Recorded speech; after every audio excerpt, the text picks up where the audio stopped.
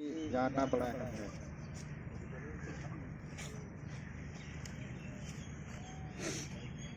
क्योंकि ज़्यादातर लोग योगा को एक्सरसाइज ही कहते हैं कि एक्सरसाइज करने जा रहे हैं या योगा एक्सरसाइज करते हैं।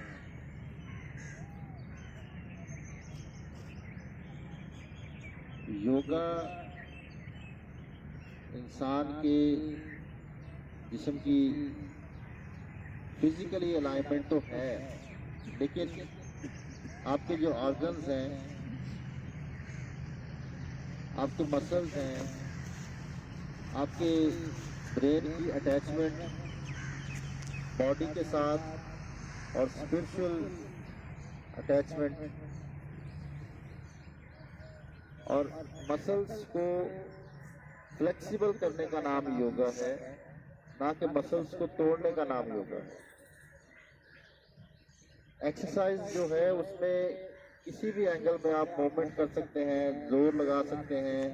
मसल इंजरी का खदशा बहुत ज़्यादा होता है, जिसको स्पोर्ट्स इंजरी कहा जाता है, और दिन ब दिन इस स्पोर्ट्स इंजरी में या मसल इंजरी में इजाफा देखने में आया मेडिकल रिपोर्ट के मुताबिक।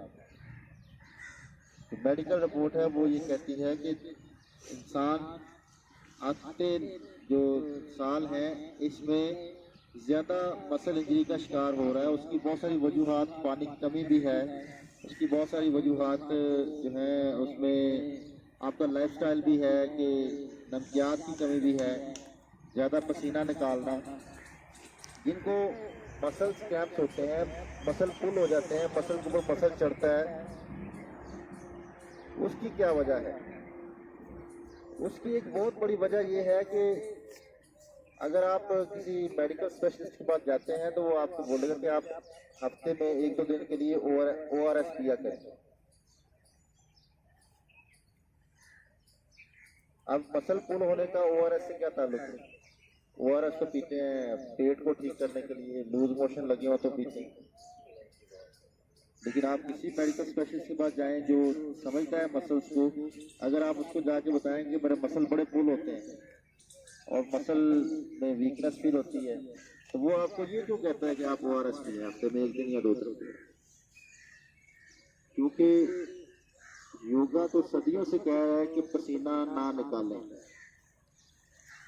योगा क्लास करते हुए अगर पसीना निकल रहा है तो आपको ये वाला मसला आएगा कि आपके मसल्स वीक होना शुरू हो जाएगा। इंसानी जिस्म के अंदर जो पानी का अखराज है वो या यूरिन की शक्ल में होता है या पसीने की शक्ल में। और तीसरा जरिया एक और है, वो है गर्म पानी से नहाना। ये भी बढ़ता जा रहा है। जब भी गर्म पानी जिस्म के ऊपर डाला जाता है तो जिस्म से पानी कम हो जाता है। आपने देखा सर्दियों में हाथों पे खुश्की होती है, जिस्म के ऊपर खुश्की हो जाती है, मुंह पे खुश्की हो जाती है। जो लोग सर्दियों में ठंडे पानी से नहाते हैं उनके जिस्म पे खुश्की नहीं होती, उनको लोशन की जरूरत नहीं पड़ती, ना कोई क्रीम की जरूरत पड़ती है। और जो लोग गर्म पानी से नहाते हैं उनको लोशन लगाना पड़ता है, वरना हाथ पांव खुश्क रहते हैं। तो गर्म पानी से नहाने से जिस्म से पानी निकलता है और सही जो जरिया है पानी निकालने का जिस्म से वो है यूरिन। अगर आपको पेशाब के जरिए से पानी, जो जिस्म में ज्यादा पानी, एक्स्ट्रा पानी जो पेशाब के जरिए से निकलता है, तो आपकी फिटनेस का लेवल बरकरार रहेगा।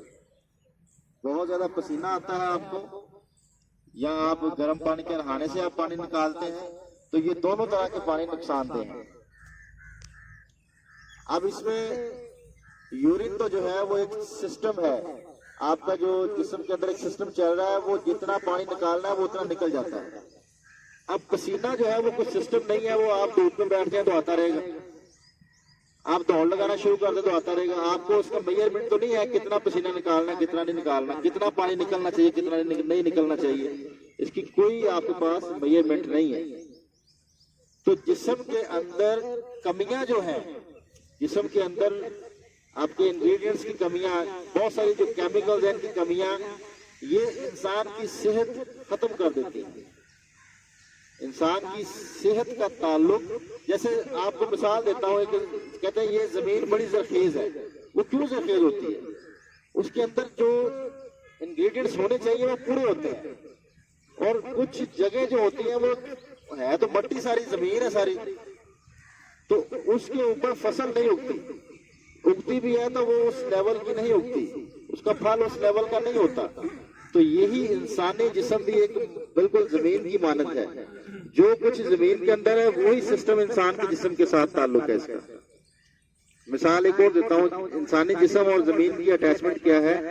आप ये देखें कि सर्दियों में ओवरऑल जो सब्जियां हैं और फ्रूट हैं वो ठंडी हैं, और गर्मियों में ओवरऑल फ्रूट्स और सब्जियां गर्म हैं। इसकी क्या वजह है? जैसे जमीन के ऊपर जो टेम्परेचर होता है ना, ठंडक हो तो इसके अंदर गर्मी होती है, और अगर ऊपर गर्मी हो तो इसके अंदर ठंडक होती है। बेसमेंट जब बनाते हैं तो आप समझते हैं सारी बात। और सब्जियां गर्म ठंडी का क्या ताल्लुक है? आप जब भी सर्दियों में डायरेक्ट पानी लेंगे मोटर से जमीन से तो वो गर्म पानी आएगा, और गर्मियों में मोटर से पानी लेंगे ठंडा पानी आएगा। इससे साफ जाहिर है कि टेम्परेचर जो बाहर होगा वो उसके उल्ट होगा। जैसे ही बाहर गर्मी होती है तो आपके अंदर ठंडक बढ़ जाती है। इसलिए कुदरत ने आपको गर्म सब्जियां और गर्म फ्रूट दिए हैं आपको मुअत्तल रखने के लिए। और जब बाहर सर्दी होती है आपके अंदर हरारत बढ़ जाती है, आप मुंह से हवा निकालते तो हरारत निकलती है। गर्मियों में क्यों नहीं निकलती? गर्मियों में हरारत नहीं निकलती, आप मुंह से जितना मर्जी कहते रहे कुछ नहीं निकलता, क्योंकि गर्मियों में अंदर ठंडक है, हरारत कम हो जाती है। इसलिए कुदरत ने आपको वही चीज देनी है जो आपको सूट करती है। तो कुदरत से अटैचमेंट, नेचर से अटैचमेंट आपकी सेहत है। नेचर से टूटना आपकी सेहत कभी नहीं हो सकता। योगा बिल्कुल इसकी इजाजत नहीं देता कि आप अपना पाँव उठा के जो है वो माथे पे लगा लें और अपने मसल को तोड़ लें।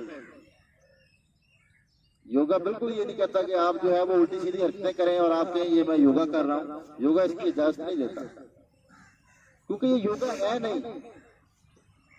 मुख्तलिफ जो यूट्यूब पे या गूगल पे योगा देखते हैं उन्होंने ये काम पकड़ा हुआ है कि शायद ये पाँव उठा के रखना या मुख्तलिफ हरकत करना योगा है। योगा तो आपके जिस्म को समझते हुए, मैं इसको यूं कह सकता हूं आम अल्फाज में कि योगा इंसानी जो सेहत है या जो भी आप फिजिकली मूवमेंट्स करते हैं इसमें तमीज सिखाता है कि आपने कैसे फिजिकली मूवमेंट्स करनी है। एक मेडिकली लिहाज से पूरी नाप तोल के साथ फिजिकली मूवमेंट्स करना ये योगा है। योगा बिल्कुल ये नहीं है कि आप अन्य वहां एक्सरसाइज करना शुरू कर दें, जिस तरह मर्जी मोड़ना शुरू कर दें। आप यंग हैं तो आपको फील नहीं होगा, लेकिन एक दिन आएगा ऐसा कि फिर वो दर्दें आपको बताएंगी कि दर्दें क्या होती हैं, तो वो खमियाजा भुगतना पड़ेगा। तो इसलिए कोशिश करें कि जब भी आप योगा करें, जब भी आप योगा क्लास करें तो अपनी बॉडी को मद्देनजर रखें कि मेरी बॉडी के अंदर कितनी फ्लेक्सिबिलिटी है या मेरे जिस्म के अंदर जो है वो कितना मैं स्ट्रेच कर सकता हूँ। कोई भी आप मूवमेंट कर रहे हैं, कोई भी आप आसन लगा रहे हैं, तो आपके जिस्म के अंदर कितनी फ्लेक्सिबिलिटी है, उससे आगे नहीं जाना, वहां तक रुक जाएं। और जितना रुका जाता है वहां से रुक के वापस आ जाएं। बहुत ज्यादा स्टे करना भी जो, अगर आपकी कैपेसिटी नहीं है तो आप अगर बहुत ज्यादा स्टे करते हैं तो उससे नुकसान होगा। तो जिस्म को जानना योग है, जिस्म को जानते हुए एक्सरसाइज करना, जिस्म को जानते हुए मूवमेंट्स करना, ये योग है। योग बिल्कुल ये नहीं है कि आप कुछ भी कर लें। आप मिसाल के तौर पर अपनी कोई भी घर की चीज या कोई इलेक्ट्रॉनिक्स की चीज, मशीनरी या मोबाइल है, आप किसी को मैकेनिक के पास जाना पड़ जाए तो आप कहते हैं यार कोई अच्छे से अच्छा मैकेनिक होना चाहिए, कोई मेरी ये बड़ी कीमती चीज है ये खराब ना हो जाए। तो ये जो सबसे आला मशीन आप हैं, इंसानी जिस्म सबसे आला मशीन, तो इसको सही करने के लिए या सही रखने के लिए हम किसी के भी सुपुर्द कर दें,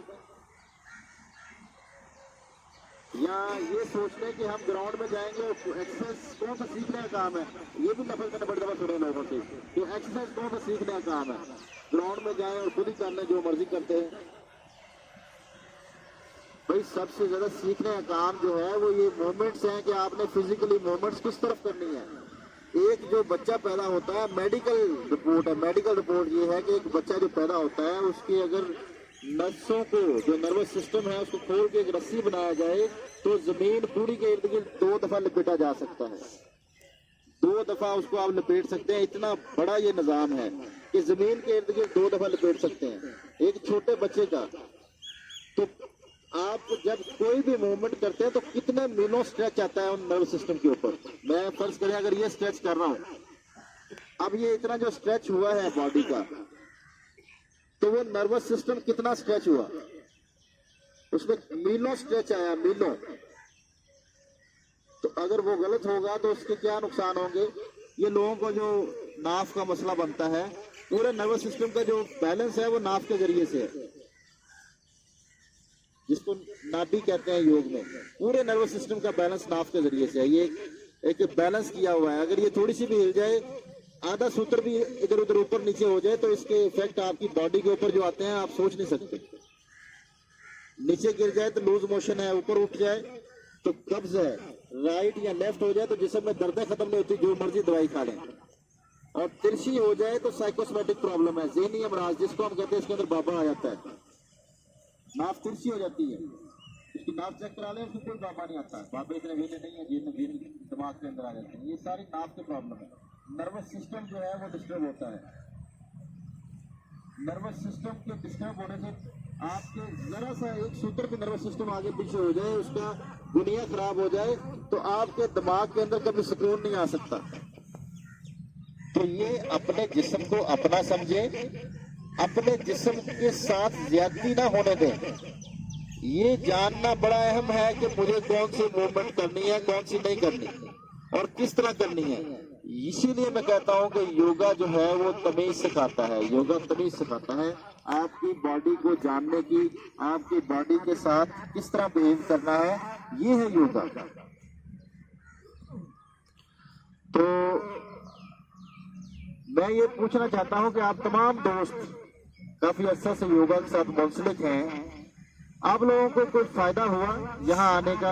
आप अपनी सेहत को बेहतर महसूस करते हैं या हमें और बेहतरी लाने की जरूरत है?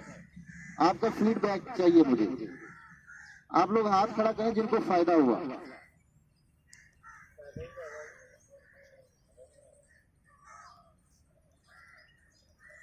आपको फायदा नहीं हुआ,